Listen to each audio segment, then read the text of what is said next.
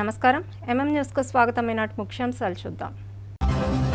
చీపురుపల్లి మండల సర్పంచుల సేవలను కొనియాడి ఘనంగా సన్మానించిన చిన్న శ్రేణు. సంక్షేమ ఫలాలు ప్రతి ఒక్కరికి అందేలా పారదర్శక పాలన అందించామని వెల్లడి. ఉత్తరాంధ్రలో సామాజిక ఐక్యతే లక్ష్యంగా శ్రీరామ గ్రామ జాగృతి యాత్ర ప్రారంభం.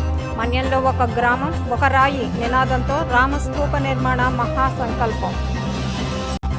కోరుకొండలో లక్ష్య సైన్స్ ఎక్స్పోను ప్రారంభించిన బేసెట్టి బాబ్జీ. విద్యార్థులు సాంకేతిక పరిజ్ఞానంతో పాటు సామాజిక అవగాహన పెంచుకోవాలని సూచన. విజయనగరం జిల్లా చీపురుపల్లి మండలంలో సర్పంచుల పదవీకాలం ముగియనున్న నేపథ్యంలో వారికి ఘనంగా వీడ్కోలు పలికారు.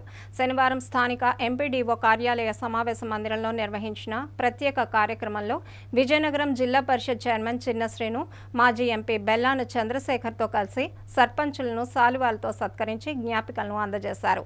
5 ఏళ్ల పాటు గ్రామాల అభివృద్ధిలో కీలక పాత్ర పోషించిన సర్పంచుల సేవలను ఈ సందర్భంగా వారు కొనియాడారు.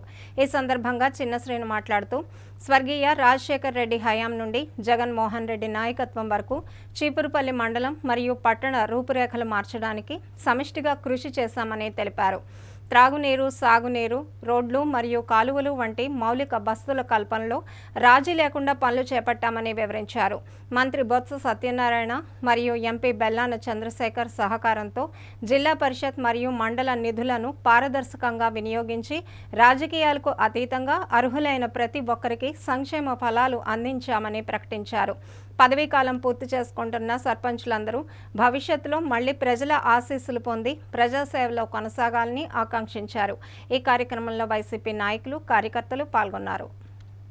మీ అందరూ కూడా 5 సంవత్సరాల కాలాన్ని మీ అందరూ కూడా మీ ప్రజల మనంతో వచ్చారు. ఎందుకంటే ప్రజాసేవలో అన్ని రకాల సేవలు చేయొచ్చు, కానీ ప్రజాసేవ దక్కడం చాలా అదృష్టం. దేవుడు వరం అనేది ప్రజలకు సేవ చేసి అదృష్టం రావడం అంటే ఆ దేవుడు వరమిస్తేనే అవకాశం కలుగుతుంది. అలాంటి అవకాశాలు ఈ 19 మంది సర్పంచులకి ఆ దేవుడు ఇచ్చినందుకు మీ అందరూ కూడా మీ ఆయుర్వేదాలు బాగుండాలని, మీ కుటుంబ సభ్యుల సహకారం మీకు ఇప్పుడు ఉండాలని, మరలా మీ అందరూ కూడా మరలా మీ ప్రజల దాకా మనల్ని పొంది మరలా ఈ సభా ప్రాంగణంలో ఈ సభా సమావేశ మందిరంలోకి వచ్చి మరలా రాబోయే 5 సంవత్సరాల్లో కూడా మీకు ఆ భగవంతుడు మీ ప్రజల దాకా మనలతో వస్తారని చెప్పి మరొకసారి మిమ్మల్ని అందరినీ కోరుకుంటూ, ఏదైనా 5 సంవత్సరాల కాలంలో మీలో ప్రజల్లో మీకు తెలిసిన చిన్నగా ఉన్నా అవన్నీ మనసులో పెట్టుకోకుండా మీ తాలూకు 5 సంవత్సరాల పదవీ కాలాన్ని ఇంత ముందుకు తీసుకెళ్ళినందుకు, ఇలాగే ఇవాళ పదవి లేదనో ఈ పదవీ కాలం అయిపోయిందనో ఆలోచన చేయకుండా మీకున్న మళ్ళీ రాబోయే ఎన్నికల వరకు మీరు ఏదైతే స్ఫూర్తితో ముందుకు పోయారో దాన్నే బాధ్యతగా తీసుకొని అధికారుల దృష్టికి తీసుకొచ్చి ప్రజాప్రతినిధిగా మా దృష్టికి తీసుకొచ్చి మీ గ్రామంలో సమస్యలనే ఖచ్చితంగా ప్రజలకు ఎప్పుడు అందుబాటులో ఉంటారని, మీ అందరూ కూడా మీ సుమారు 19 మంది సర్పంచులు పెద్ద తాలూకా మన్నలతో మీరు అందరూ మళ్ళీ ముందుకు పోతారని, మీ అందరూ కూడా ఇప్పుడైతే మరలా స్థానిక సంస్థ ఎన్నికల వరకు మీరందరూ కూడా ప్రజలతో మమేకమై ఉండాలని చెప్పి మిమ్మల్ని అందరినీ కోరుకుంటూ, మళ్ళీ ఎప్పుడు ఎన్నికలు జరిగినా మీ ప్రజల సహకారంతో మరలా ఈ సమావేశానికి రావాలని, ఈ సమావేశ మందిరంలో మళ్ళా మీ ప్రజల తాలూకా సమస్యలు గుర్తెత్తి ఈ ప్రభుత్వం దృష్టికి ప్రజల దృష్టికి పెద్దల దృష్టికి తీసుకొచ్చే కార్యక్రమాన్ని చేస్తారని చెప్పి మిమ్మల్ని అందరినీ కోరుకుంటూ, నాకు ఈ అవకాశం ఇచ్చిన పెద్దలందరికీ కూడా పేరు ధన్యవాదాలు తెలియజేస్తూ.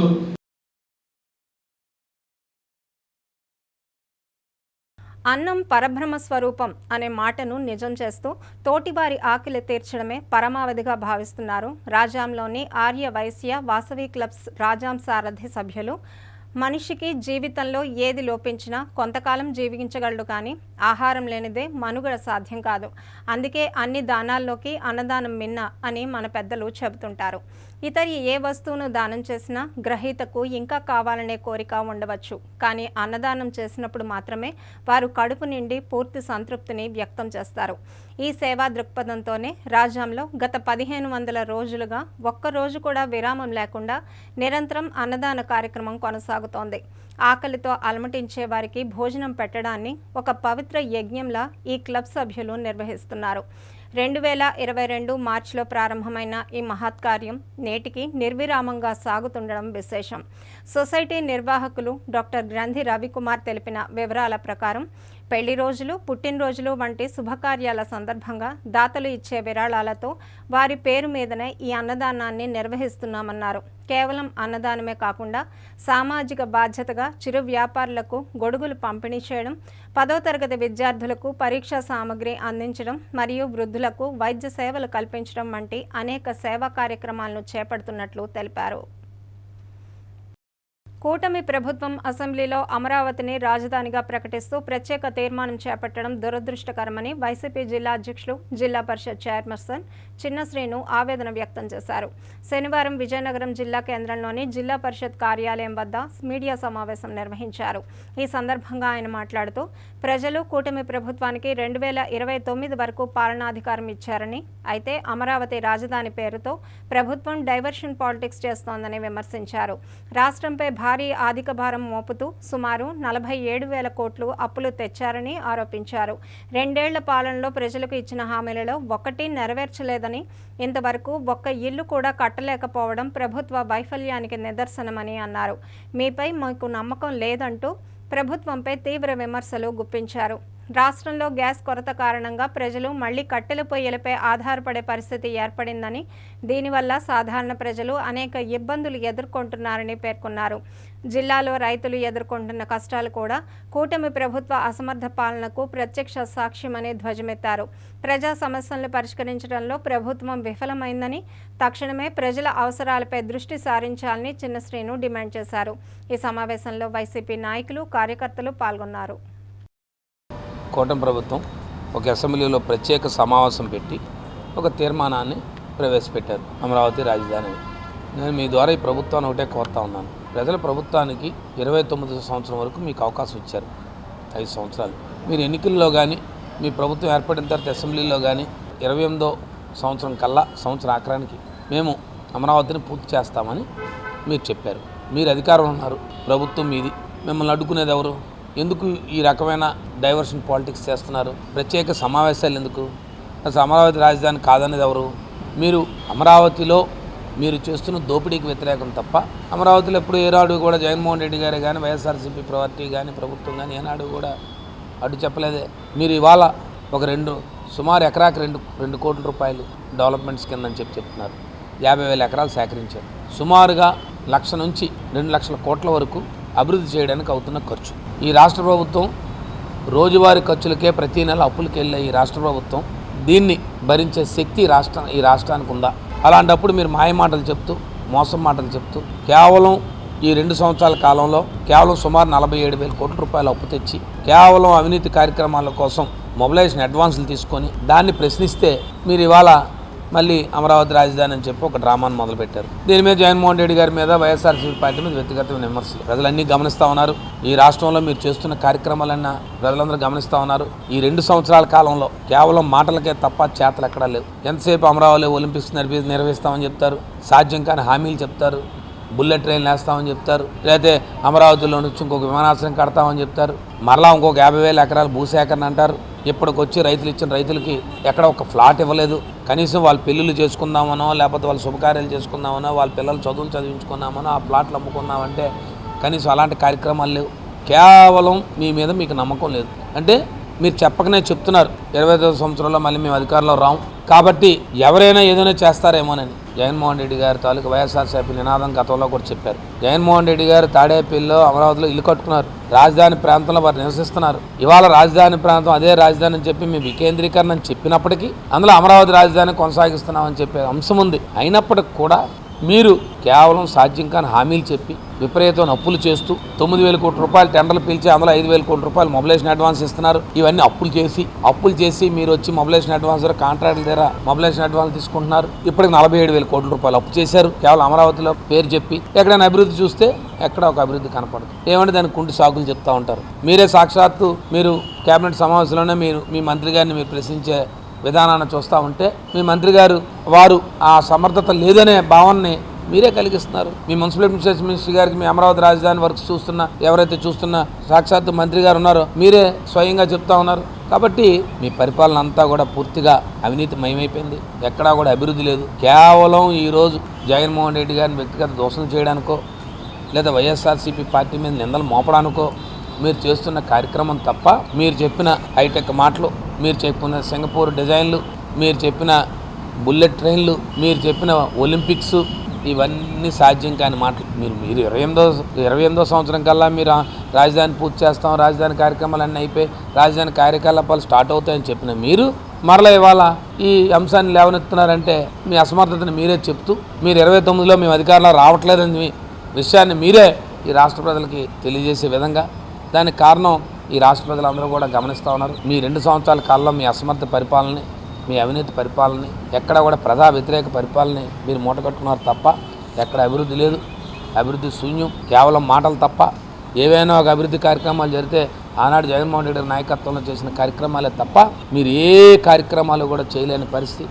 ఇవాళ ఏ రంగం చూసుకున్న విద్యారంగం కానీ, వైద్య రంగం కానీ, ఇవాళ ఫీజు రీయింబర్స్మెంట్ లేక పిల్లలు చదువులు ఎగ్జామ్స్కి వెళ్ళలేని పరిస్థితి. ఇవాళ ఆరోగ్యశ్రీ బంద్ చేస్తే ఇవాళ రాష్ట్రంలో పేదవాడు ఆరోగ్యం పట్టించుకోలేని పరిస్థితి. ఇవాళ నిత్యావసర వస్తువులు ధరలు పెరిగిపోయాయి. ఎక్కడా కూడా సామాన్యులు 3 పూట్ల భోజనం తినే పరిస్థితి లేదు. ఇవాళ గ్యాస్ సిలిండర్లు లేక కట్టెల పొయ్యిలు మళ్ళీ పెట్టుకుని మళ్ళీ కట్టెల పొయ్యిలు కూడా ఇవాళ ఖరీదైపోయే పరిస్థితి కనపడుతుంది. ఈ రాష్ట్రంలో అసలు పరిపాలన అంటూ లేదు, జిల్లాల్లో పరిపాలన లేదు. ఈ రాష్ట్రంలో జరుగుతున్న పరిస్థితులను గమనిస్తూ ఉంటే అప్పుడే పరిపాలన మీద పట్టుపోయి ఇవాళ సాక్షాత్తు మీకు ఒక ఉదాహరణగా చెప్తా ఉన్నాను. ఇవాళ విజయనగరం జిల్లాలో తీసుకుందాం. ఈ జిల్లాలో నేను మొన్న 30వ తారీఖుని ఇవాళ ఈ జిల్లాలో తీసుకుంటే ఎక్కడా కూడా రైతాంగం కానీ, రైతులు కానీ ఇబ్బంది పడే పరిస్థితి కనపడతా ఉంది. ఎక్కడా కూడా పరిపాలన లేదు. కాబట్టే ఇవాళ మీరు ఏదైతే అసెంబ్లీలో ఈ తీర్మానం ఉందో ఇదంతా ఒక డ్రామాగా మేము అభిప్రాయపడుతున్నాం. మేమే కాదు, రాష్ట్ర ప్రజలందరూ అభిప్రాయపడుతున్నారు. మీ అసమర్థత బయటపెట్టుకున్నారు. మీకు కేంద్ర రాష్ట్ర ప్రభుత్వాలు మీ మద్దతుతో ఉన్న కేంద్ర ప్రభుత్వం కూడా మీకు ఇంత సహకరిస్తున్నప్పుడు కూడా కేవలం మీరు ఎక్కడా కూడా మీరు అభివృద్ధి కార్యక్రమాలు చేయలేని ఈ ప్రభుత్వం మీ అసమర్థతను తెలియజేస్తూ ఉన్నారని చెప్పి మరొకసారి మీకు తెలియజేస్తూ ఉన్నాను. బాడీ ఫిట్నెస్ జిమ్ మరియు మిర్రర్ జిమ్ సంయుక్త ఆధ్వర్యంలో మార్చి 22, 23 తేదీల్లో నిర్వహించిన బాడీ బిల్డింగ్ పోటీల్లో ప్రతిభ చాటిన విజేతలను నవ్యాంధ్ర బాడీ బిల్డింగ్ అసోసియేషన్ జిల్లా అధ్యక్షులు రెడ్డి శంకర్ రావు శనివారం ప్రత్యేకంగా అభినందించారు. విజయనగరం అంబటి సత్రం వద్ద ఉన్న బాడీ ఫిట్నెస్ జిమ్లో జరిగిన మీడియా సమావేశంలో ఆయన మాట్లాడుతూ నేటి యువత మాదక ద్రవ్యాలకు దూరంగా ఉండి శారీరక దృఢత్వంపై దృష్టి సారించాలని పిలుపునిచ్చారు. బాడీ బిల్డింగ్ వల్ల కేవలం ఆరోగ్యం మాత్రమే కాకుండా వివిధ పోటీల్లో గెలుచుకున్న పథకాలతో ప్రభుత్వ ఉద్యోగ అవకాశాలను కూడా సులభంగా పొందవచ్చని ఆయన వివరించారు. రాబోయే రోజుల్లో విజయనగరం జిల్లా బాడీ బిల్డర్లు ప్రపంచ స్థాయి గుర్తింపు పొందేలా కృషి చేయాలని ఆకాంక్షించారు. ఈ క్రమంలోనే ఏప్రిల్ 1, 2 తేదీల్లో జాతీయ స్థాయి పోటీలు, అలాగే జూన్ 14న అంతర్జాతీయ స్థాయి బాడీ బిల్డింగ్ పోటీలు జరగనున్నట్లు వెల్లడించారు. ఈ కార్యక్రమంలో బాడీ బిల్డర్స్ అసోసియేషన్ సభ్యులు, క్రీడాకారులు పాల్గొన్నారు. విజయనగరం జిల్లా body builders association body fitness gym, mirror gym సహకారంతో 26వ బాడీ బిల్డర్స్ పోటీలు అనేవి 22వ తారీఖున విజయనగరం గురజాడ కళాభారతిలో అత్యంత జయప్రదంగా జరిగాయి. మా రాష్ట్ర అధ్యక్షులు సల్మాన్ రాజు గారు హాజరయ్యి ఎవరైతే మిస్టర్ విజయనగరం 2026 సంతోష్ అనే కుర్రాడికి వచ్చింది ఆయన్ని అభినందించడం, ఆయనతో పాటు 45 మందికి ఈరోజు బాడీ బిల్డర్స్ల ప్రఖ్యాతమైనటువంటి విశిష్టమైనటువంటి బహుమతులు గెలుచుకోవడం జరిగింది. వాళ్ళందరినీ మేము అభినందిస్తున్నాం. భవిష్యత్తులో విజయనగరం జిల్లా ఖ్యాతిని రాష్ట్ర వ్యాప్తంగా, దేశవ్యాప్తంగా తీసుకెళ్ళడానికి ఈ బాడీ బిల్డర్స్ పోటీలు అనేవి ఉపయోగపడుతున్నాయి. భావితరాల్లో యూత్కి గంజాయి, డ్రగ్స్, మందు కంటే ఆరోగ్యమే ముద్దని చెప్పి ఆరోగ్యాన్ని, శారీరక దారుఢ్యాన్ని పెంచుకునేదానికి ఈ బాడీ బిల్డర్స్ పోటీలు అత్యంత ఉపయోగకరంగా ఉంటాయి. అలాగే ఈరోజు పోలీస్ ట్రైనింగ్ కానీ, లేకపోతే ఇతర ఉద్యోగాలకు కానీ, మిలిటరీకి కానీ ఈ బాడీ బిల్డర్స్ పోటీలో తెచ్చిన ప్రైజులు, సర్టిఫికేట్లు ఉపయోగపడతాయి. ఎందుకంటే ఈ జిల్లా స్థాయి నుంచి రేపు రాష్ట్ర స్థాయికి, అలాగే అఖిల భారత స్థాయి ఏప్రిల్ 1, 2 తారీఖుల్లో జాతీయ స్థాయిలో మహారాష్ట్రలో జరుగుతున్నాయి. అలాగే జూన్ 14వ తారీఖున ఇంటర్నేషనల్ స్థాయిలో మేము జరుపుతూ ఉన్నాం. అవి ఫిలిప్పీన్స్లో జరుగుతున్నాయి. ఈ రకంగా జిల్లా, రాష్ట్రం, జాతీయం, అలాగే అంతర్జాతీయంగా కూడా మా బాడీ ఫిట్నెస్ జిమ్కి, అలాగే విజయనగరం జిల్లా బాడీ అసోసియేషన్కి, అలాగే నవ్యాంధ్ర బాడీ బిల్డర్స్ అసోసియేషన్కి ప్రత్యేకమైనటువంటి కృషి చేస్తున్నందుకు అభినందనలు తెలియజేస్తూ యువకులంతా కూడా ఇందులో పాల్గొని ముందుకొచ్చారు. భవిష్యత్తులో కూడా మరింత ముందుకి రావాలని మేము ఆకాంక్షిస్తున్నాం. ఉమ్మడి జిల్లా అంటే పార్వతీపురం కూడా మన విజయనగరం జిల్లాలో కలిసి 2 జిల్లాలు కాంపిటీషన్ జరిపించాం. దీనికి దగ్గర 45-50 మంది బాడీ బిల్డర్స్ పోటీ చేశారు. దీంట్లో first, second, third, fourth, fifth, sixth వరకు ప్రైజులు ఇచ్చాం. అలాగే ఫస్ట్, సెకండ్, థర్డ్కి క్యాష్ అవార్డులు ఇచ్చాం. అలాగే ఓవరాల్ టైటిల్ కొట్టిన సంతోష్ కుమార్కి కూడా క్యాష్ అవార్డు ఇచ్చాం. ఈ క్యాష్ అవార్డులన్నీ మిర్రర్ జిమ్ వారు మనకి స్పాన్సర్ చేశారు. అలాగే మే, జూన్లో శ్రీకాకుళంలో మిస్టర్ ఆంధ్ర కాంపిటీషన్ జరుగుతున్నాయి. ఆ కాంపిటీషన్కి ఇందులో ఫస్ట్, సెకండ్, థర్డ్ వచ్చిన వాళ్ళని మేము పంపిస్తున్నాం. అలాగే ఇప్పుడు యువత అంతా డ్రగ్స్ బాగా బాన్స్ అయిపోయారు. ఆ బాన్స్కి వ్యతిరేకంగా మనం కుర్రాళ్ళందరికీ ప్రోత్సాహంగా ఈ బాడీ బిల్డింగ్ పోటీలు పెట్టి ఆ డ్రగ్స్కి దూరంగా ఉంటారనే ఈ కాంపిటీషన్ జరిపించాం. అలాగే మనకి ఈ కాంపిటీషన్కి ఆంధ్రప్రదేశ్ స్టేట్ సెక్రటరీ సాల్మన్ రాజు గారు వచ్చారు. ఆయన ఆధ్వర్యంలోనే ఈ ప్రైజులు ఆయన డిక్లేర్ చేశారు. అలాగే నెక్స్ట్ జూలైలో నేషనల్ కాంపిటీషన్స్ కూడా ఉన్నాయి. ఈ ఆంధ్రప్రదేశ్లో కూడా మన కుర్రాలు ఏ ఫస్ట్, సెకండ్ కొట్టినట్టయితే వాళ్ళని నేషనల్ కూడా మేము మా విజయనగరం జిల్లా బాడీ ఫిట్నెస్ జిమ్ నుండి పంపిస్తున్నామని కోరుకుంటున్నాను. ఉత్తరాంధ్రలో ఆధ్యాత్మిక చైతన్యం, సామాజిక ఐక్యత లక్ష్యంగా శ్రీరామ గ్రామ జాగృతి యాత్ర ప్రారంభమైంది. పార్వతీపురం మన్యం జిల్లా కేంద్రంలోని శ్రీ విద్యా సర్వమంగళ దేవి పీఠంలో శ్రీరామనవమి వేడుకల అనంతరం ఈ కార్యక్రమానికి శ్రీకారం చుట్టారు. మాజీ ఉప ముఖ్యమంత్రి పీడిక రాజన్న దొర దంపతులు యాత్ర ప్రచార రథాన్ని ప్రారంభించి లోగోను ఆవిష్కరించారు. ఈ ఉద్యమంలో భాగంగా రామస్థూప నిర్మాణ మహాసంకల్పాన్ని చేపట్టినట్లు ఆధ్యాత్మిక మార్గదర్శకులు మురపాక కాళిదాసు శర్మ యాజీ తెలిపారు.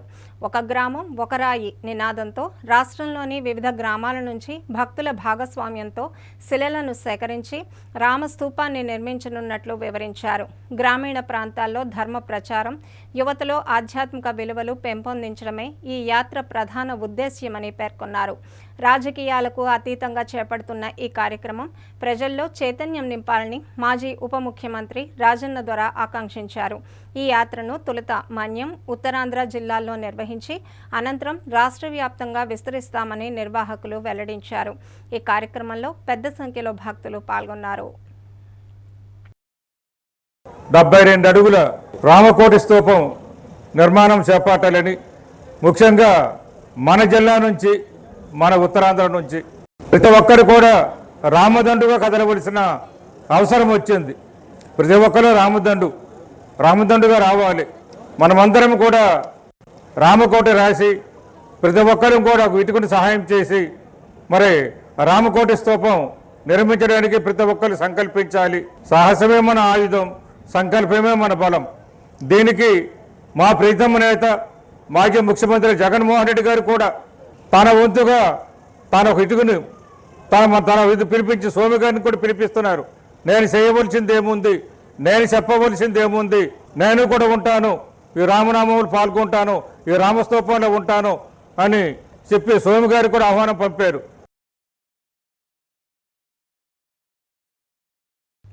విజయనగరం పట్టణంలోని గుంటూరు వారి వీధిలో ఆధ్యాత్మిక కోలాహలం నెలకొంది. స్థానిక బృందావన్ అపార్ట్మెంట్స్ ఆవరణలో ఉన్న శ్రీ లక్ష్మీ గణపతి ఆలయంలో శ్రీ సీతారాముల కళ్యాణ మహోత్సవాన్ని అత్యంత వైభవంగా నిర్వహించారు.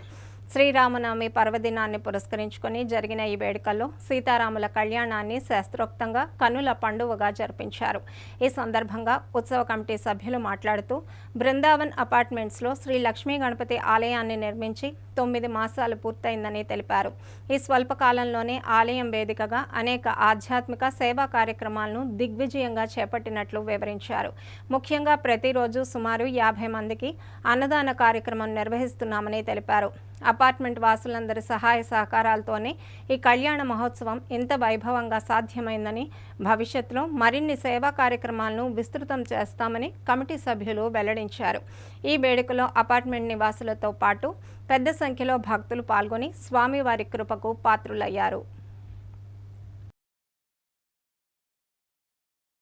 జూన్ 8వ తారీఖు నాడు ఈ ఆలయ నిర్మాణం జరిగింది. ఆ రోజు నుంచి శ్రీ మంచుకొండ అప్పలరాజు గారు వారి కుమారుడు కీర్తిశేషుడు శ్రీరామ గారి జ్ఞాపకార్థం ఈ ఆలయం నిర్మించారు. ఆ రోజు నుంచి అన్నదానం నిర్విరామంగా ప్రతిరోజు జరుగుతున్నది. ఈరోజు సీతారాముల కళ్యాణం అంగరంగ వైభవముగా ఈ సాయంత్రం జరుగుతున్నది. అలాగనే కళ్యాణం అనంతరము అందరికీ అన్నదాన కార్యక్రమం కూడా జరుగుతున్నది. విజయనగరం బృందావన్ అపార్ట్మెంట్స్ గుంటూరు వారి వీధిలో శ్రీ లక్ష్మీ గణపతి ఆలయం ప్రారంభించాం. దీనికి ముఖ్య కారకులు మంచుకొండ అప్పలరాజు గారు ఈ ఆలయాన్ని మాకు అపార్ట్మెంట్కి ప్రజెంట్ చేశారు. అప్పటి నుంచి నిత్యము కార్యక్రమాలు ఇక్కడ పూజలు జరుగుతూనే ఉన్నాయి. ఈరోజు సీతారామ కళ్యాణం సందర్భంగా మన 20 తారీఖు రాట వేయడం జరిగింది. ఈరోజు కళ్యాణం చాలా చక్కగా ఎంతో అంగరంగ జరుగుతుంది. దీనికి అపార్ట్మెంట్స్ ఉన్నటువంటి అందరూ కూడా వచ్చి సహాయాన్ని అందించారు. అలాగే ఈరోజు పూజకి చుట్టుపక్కల ప్రజలు కూడా చాలామంది వచ్చేసి మరి కార్యక్రమం ప్రస్తుతానికి జరుగుతుంది. సీతారామ కళ్యాణం ఎంతో అంగరంగంగా జరుగుతుంది. మరి ప్రజలందరూ కూడా ఆశీర్వచనం తీసుకోవాల్సిందిగా కోరుతున్నాం. ఈరోజు సీతారామ కళ్యాణం జరగడం మా బృందావన్ అపార్ట్మెంట్లో ఎంతో మేము చేసుకున్న అదృష్టం మేము భావిస్తున్నాం. ఎందుకంటే ఈ ఆలయం కట్టి సుమారు 9 మాసాలు దగ్గర అయింది, 10వ నెల అవుతుంది. మన మంచుకొండ అప్పలరాజు గారు వాళ్ళ అబ్బాయి వాళ్ళ దీనివల్ల ఇక్కడ ఆలయం కట్టడం జరిగింది. ఆలయం కట్టిన దగ్గర నుంచి కూడాను ప్రతిరోజు 50 మందికి అన్నదానం కార్యక్రమం జరుగుతుంది. ఇక్కడ చాలా మన బృందావన్ అపార్ట్మెంట్ కుటుంబ సభ్యులు అందరూ కూడాను ప్రతి ఒక్క దాంట్లో పాల్గొని ఈరోజు అన్ని కార్యక్రమం వినాయక చవితి కానీ ఈరోజు సీతారామ కళ్యాణం చాలా ఘనంగా అన్ని బాగా చాలా 5 రోజుల నుంచి చాలా బాగా చేస్తున్నాం అన్ని విధాలు కూడాను. కాసేపు విరామం.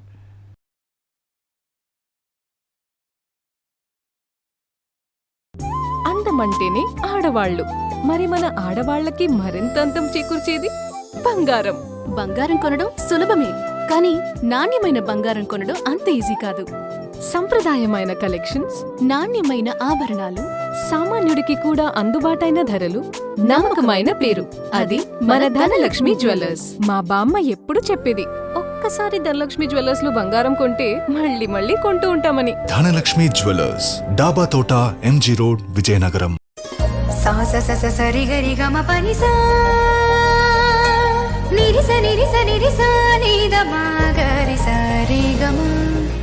అమ్మాయికి తన సొగసే ఆనందం, మన మనసే దోచేనే తన అందం, అందానికి ప్రతిరూపం ఆభరణం, ఆభరణం అసలు రూపం Govinda jewelleries, Govinda jewelleries, Govinda jewelleries, Govinda jewelleries. సాంప్రదాయ స్వర్ణాభరణాలకు పుట్టినిల్లు మా Govinda jewelleries. Govinda jewelleries, MG road, Vizianagaram.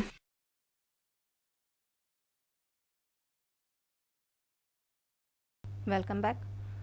Srikakulam జిల్లాలో ఘోర విషాదం చోటు చేసుకుంది.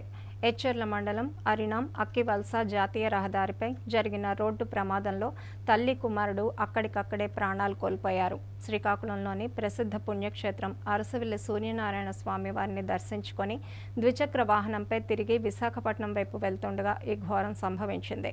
విశాఖపట్నం పరిధిలోని జాలరిపేటకు చెందిన నాగమణి మరియు ఆమె కుమారుడు నరేంద్ర కుమార్ దైవ దర్శనం ముగించుకొని ఇంటికి వెళ్తున్న క్రమంలో హైవేపై నిలిపి ఉంచిన ఒక లారీని వెనుక నుంచి బలంగా ఢీకొట్టారు. ఈ ప్రమాద తీవ్రతకు తల్లి కొడుకులిద్దరూ స్పాట్లోనే మృతి చెందారు. భక్తితో దైవ దర్శనానికి వచ్చి ఇలా విగత జీవులుగా మారడం చూసి స్థానికులు తీవ్ర భావోద్వేగానికి లోనయ్యారు. సమాచారం అందుకున్న పోలీసులు ఘటనా స్థలానికి చేరుకొని దర్యాప్తు చేపట్టారు.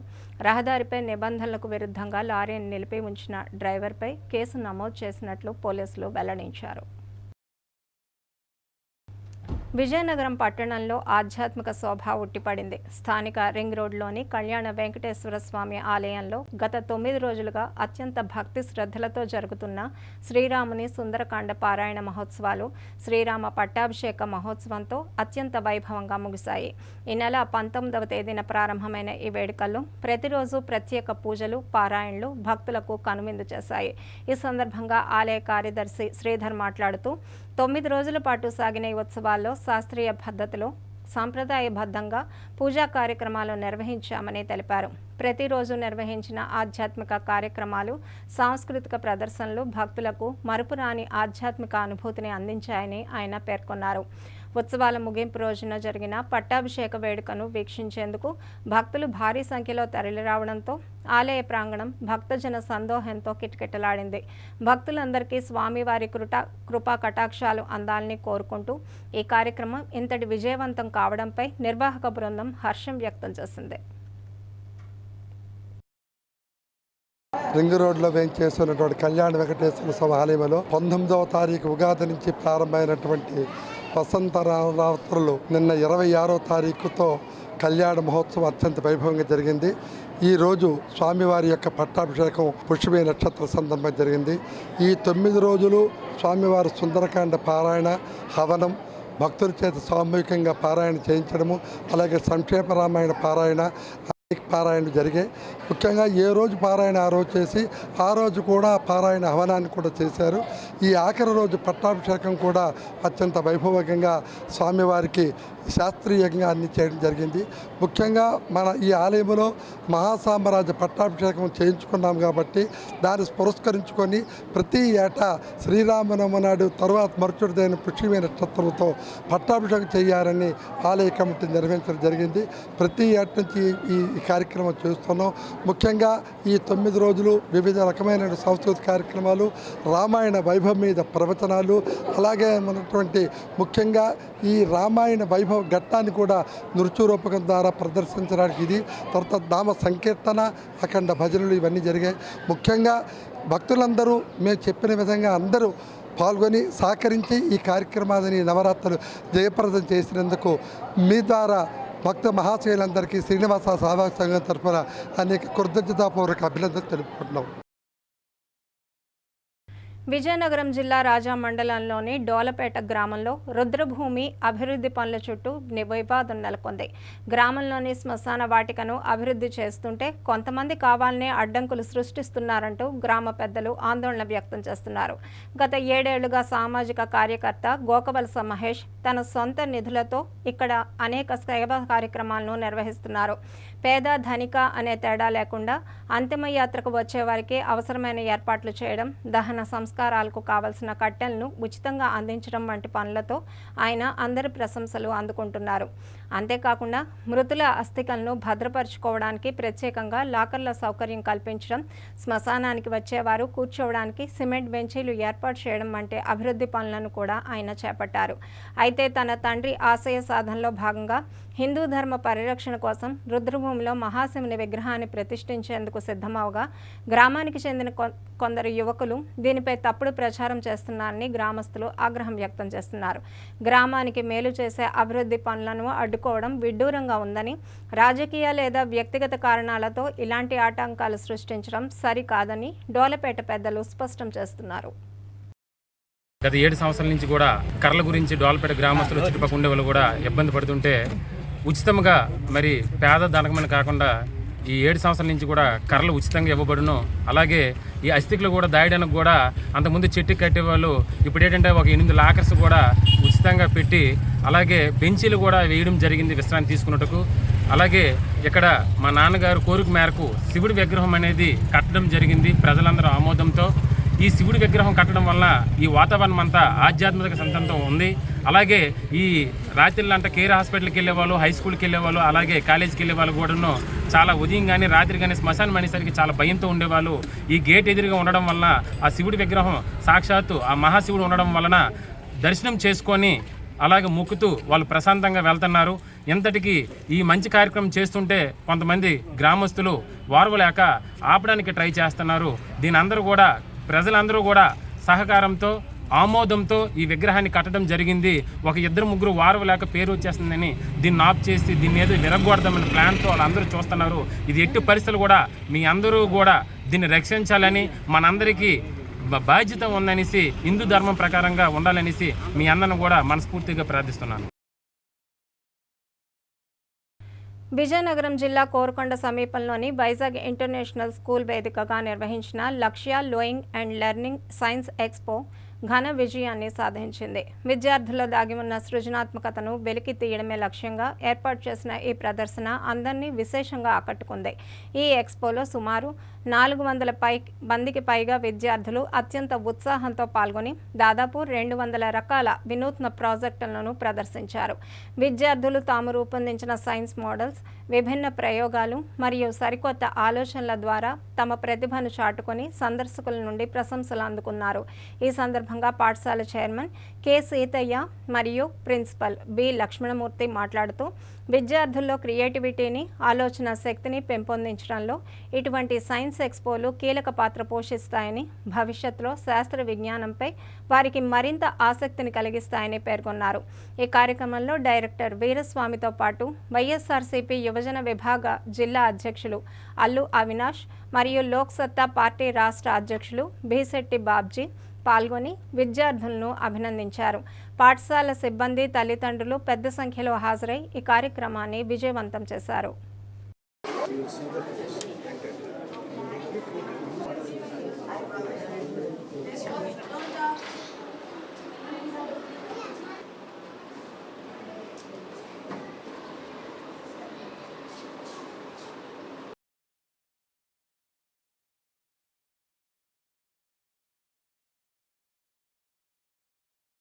వైజాగ్ ఇంటర్నేషనల్ స్కూల్ కోరుకొండలో సైన్స్ ఎక్స్పో లక్ష్య అనే పేరుతో గత 4 సంవత్సరాల నుంచి చాలా అద్భుతంగా దిగ్విజయంగా నడిపిస్తూ ఉన్నారు ఇక్కడ యాజమాన్యం.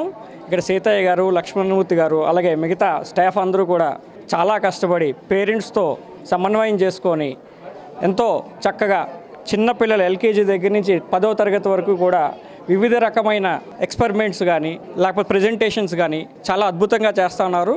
సైన్స్ ఎక్స్పెరిమెంటే కాకుండా ఇక్కడ స్పోర్ట్స్ కానీ, ఇక్కడ డిసిప్లైన్ కానీ, ఇది క్లీన్లీనెస్ కానీ అన్నీ కూడా చాలా చక్కగా పెట్టిన దగ్గర నుంచి కూడా చాలా అద్భుతంగా రన్ చేస్తూ ఉన్నారు.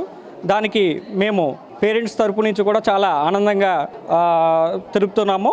ఇంత చక్కగా ఇంకా ముందు కూడా చాలా ఇంకా గొప్పగా చేయాలని మేమందరం ఆకాంక్షిస్తూ పిల్లలకి చదువు చెప్పడమే కాదు, ఆ చదువు వెనకాల ఉన్నటువంటి కాన్సెప్ట్స్ని ఏ విధంగా దైనందిన కార్యక్రమాల్లో అవగాహన చేసుకునే విధంగా ఈ స్ఫూర్తి కోసమే ఈ మా లక్ష్య అనే సైన్స్ ఫేరు 4వ సంవత్సరంలో పెడుతున్నామండి. ఇది గత 4 సంవత్సరాలుగా చేస్తున్నాం, ఇది 4th one and we will continue this.